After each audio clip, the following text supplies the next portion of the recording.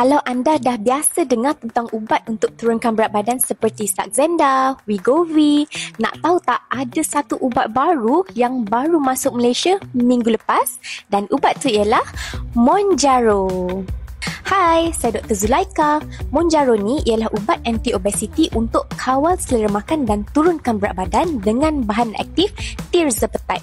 Yang bestnya dengan Mounjaro ni ialah ia perlu disuntik seminggu sekali sahaja. So, bagus dan sesuai untuk orang yang tak nak suntik hari-hari ataupun tak nak makan ubat hari-hari. Yang buat Mounjaro lebih special ialah ia ada dual action. Ia activate dua hormon penting iaitu GLP-1 dan juga GIP.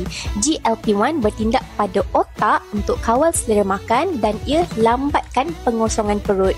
So, kita akan rasa kenyang dengan lebih lama dan of course tak rasa lapar.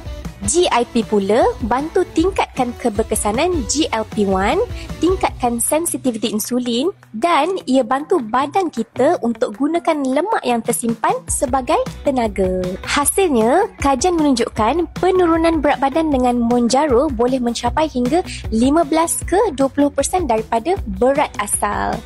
So, kalau nak tahu Mounjaro ni sesuai atau tak untuk anda, boleh dapatkan rawatan dan consultation daripada doktor kita dengan lebih lanjut.